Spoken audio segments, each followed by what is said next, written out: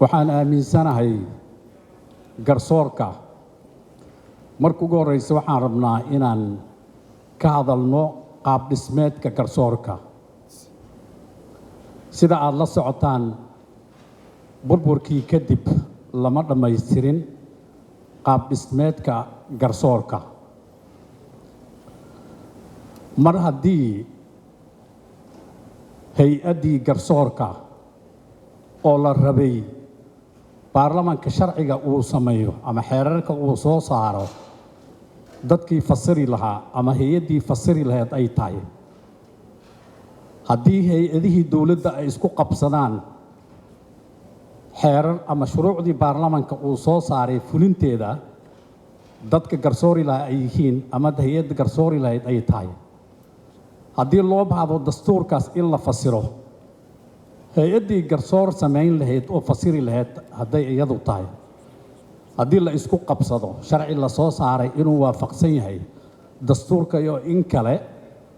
hay-addii fasiri lahayd ayada ay tahay dadka qaarkood waxay ku misaleen garsoorka marka loo fiiriyo hay-adaha kale haddii garsoor meeshaasi uusan jirin iyadoo kooxo cayaartooy ah isu yimid kubad la dhex dhigay oo la yidhi cayaara oo markaasina garsoore uusan jirin marka waxaa moodaa annaga oo dhan hadday ahaan lahayd hay-adihii dowladda iyo hadday ahaan lahayd shacabka soomaaliyeedba ayadoo inta nala geeyey meel kubadda lagu cayaaro oo la yidhi cayaara kubaddan marka waxaa la filan karaa nin walba meesha ay la noqoto inuu u tuuro sidaa awgeed aad iyo aadaan ugu faraxsanahay in guddoomiyaha maxkamadda sare ee uu tilmaamay dhammaystirka iyo xeer ilaaliyaha labadoodba dhammaystirka haykalka guud ee garsoorka muhiim inay tahay waa la socotaan dastuurka kumeel gaarka ee dalka uu leeyahay waxaa si kumeel gaara loo ansixiyey 2012 dastuurku wuxuu farayaa in la dhiso hay-addii ugu muhiimsaneed garsoorka oo ah golaha adeega garsoorka oo la rabay shaqooyinkaas oo dhan inuu kala maareeyo 2012 oo dastuurka kumeel gaarka la ansixiyey oo hadda dastuurka uu ku jiro dib u eegis uu ku jiro arrinta ugu muhiimsan waxaa waaye in garsoorka la dhammaystiro haykalkiisa la dhammaystiro waa la socotaan waa mid dadka oo dhan ay fahamsan yihiin waxaan ka soo guurnay dowlad dhex ah oo xoog badan waxaan u soo guurnay nidaam federaal ah marka in la iswaafajiyo nidaamkii aan ka soo guurnay oo hadda ay tilmaamayaan guddoomiyaha maxkamadda sare iyo xeer ilaaliyaha ay noo sheegayaan xeerarka qaar in la soo saaray 60meeyadii qaarkoodna 70meeyadii la soo saaray marka ayagu laftooda waxay u baahan yihiin in dib u eegis lagu sameeyo la waafajiyo nidaamka hadda aan ku dhaqanno oo nidaamka federalismka ah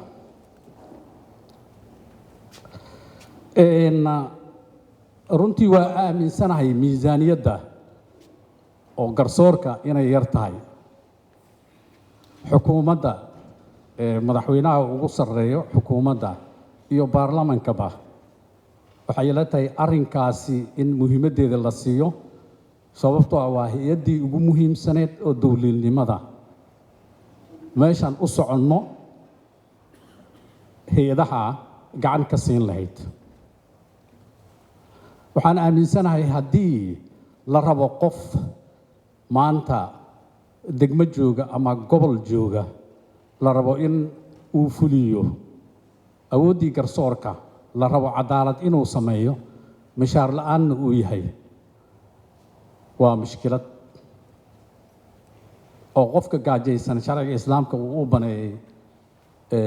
in waxyaabaha laga xarimay qaarkood uu cuni karo oo la yidhaahdo ninkan waa garsoore mishaarna ma qaato waxay la tahay arrinkaas garsoorka ma qabato annagana waxaan leenahay hay-adaha sida gaarka ah dhaqaalaha u qaabilsan baarlamaanka mar walba diyaar wuxuu u yahay in arrinkaasi uu idinkala shaqeeyo arrintaasi inaad maskaxda ku haysaan. waxaa la mid ah amniga garsoorayaasha ama guud ahaan inuu helo garsoorka amni. waxaan ognahay ciidanka booliska Soomaaliyeed juhdi fara badan waxay ku bixiyaan ama ciidamada guud ahaan amniga sida loo ilaalin lahaa hay'adaha dawladda iyo shacabka Soomaaliyeedba. ayaga laftooda waxay rabaan in gacan lagu siiyo in ayagana siday u ilaalin lahaayeen hay'adan muhiimka ah iyo dadka u shaqeeyaba. dhinaca dawladda haddaan tilmaannay in loo baahan yahay in dastuuradii xeerarkii la soo saaray ayagu wixii la isku qabto loola soo noqdo. bal tusaale aan ka soo qaadno dadka degmooyinka jooga ama gobollada ama caasimadaba ha noqotee qof lagu eedeeyey dembi oo booliiska ay soo qabteen. horta shaqada garsoorka haayo culeyskeeda wax yar dib aan ugu noqono. qofkaas marka la soo qabto oo ciidanka booliiska ay soo qabtaan oo la keeno oo maxkamaddii la horgeeyo, qofkan basharka insaankan ilaah abuuray awood gaaruu siiyey. wuxuu awoodaa meeshii lugihiisa uu ku tagay inuu yidhaahdo aniga ma tegin, ayadoo uu adeegsanaya abukaataha oo ah afkiisa. wixii gacmihiisa uu ku qabtayna uu yidhaahdo aniga dharbaaxi kuma dhufan hebel ama waxba ma samayn gacmaha. meeshii indhihiisa uu wax ku soo arkay uu yidhaahdo waxaas maba arkinba. meeshii dhegihiisa uu wax ku maqlay uu yidhaahdo wax aan maqlay ma laha. bal basharkaasoo ilaahay saas u abuuray oo yowm alxisaab ilaah uu leeyahay alyowma naqtimu calaa afwaahihim wa tukallimunaa aydiihim wa tashhadu arjuluhum maxay tahay bimaa kaanuu yagsibuun. bal ninkan lagu soo hor istaajiyey oo abukaatana uu u yahay afka meeshii lugihiisa uu ku tegayna ku dhahayo kuma tegin, gacmihiina ay leeyihiin wixii uu ku soo qabtay waxba ma soo qaban, indhihiina uu waxba ma soo arkin, dhegahaygiina waxba ma maqlin, balse u xukumeen. bal waa kas inta taagana markhaati u raadi dhinac walba mara haddana ay daba socoto cadaalad inaad samaysid. ogow shaqada garsoorka u taalla ma yara, because qiyaamaa lagugula xisaabtamaya haddii aa wax qaladid. waxaa ku hortaaganna waa kan insaankan ilaahay sameeyey oo saas u samaysanaa ku hortaagan, waa loogu talagalay inaad cadaalad u samaysid. laga yaabo mararka qaar asoon waxba samayn inaad ku xukuntid dembi. marka taa garsoorka waxaan kula dardaarmaynaa mar walba inaad tala saarataan wax walba oo aad samaynaysaan. haddii aad asiibtaanna waa la sheegay waa saxantiin, haddaa qaladaanna waa saxantiin oo juhdi inaad bixisaan oo ay isku daydaan in garsoor dhaba aad samaysaan. laakiin shaqada ku taalla waa taas, ogow shaqo fudud ma ah.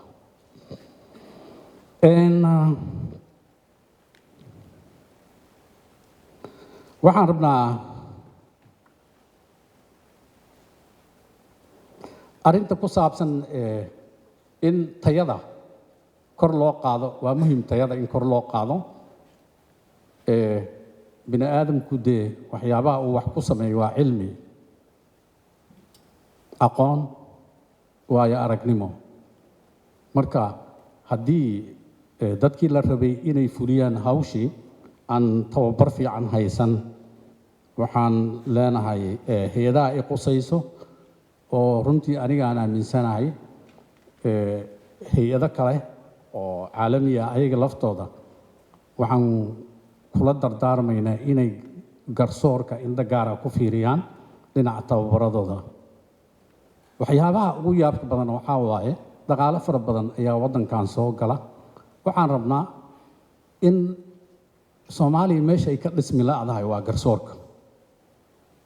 si garsoor dhab ah loo helo waa in la helaa in la dhiso aqoonta dadkii fulin lahaa dee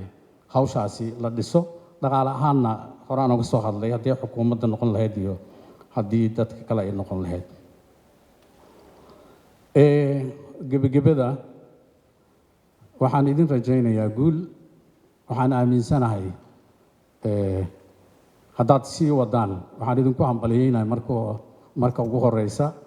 30 sano kadib waa markii labaad oo halkan lagu kulmo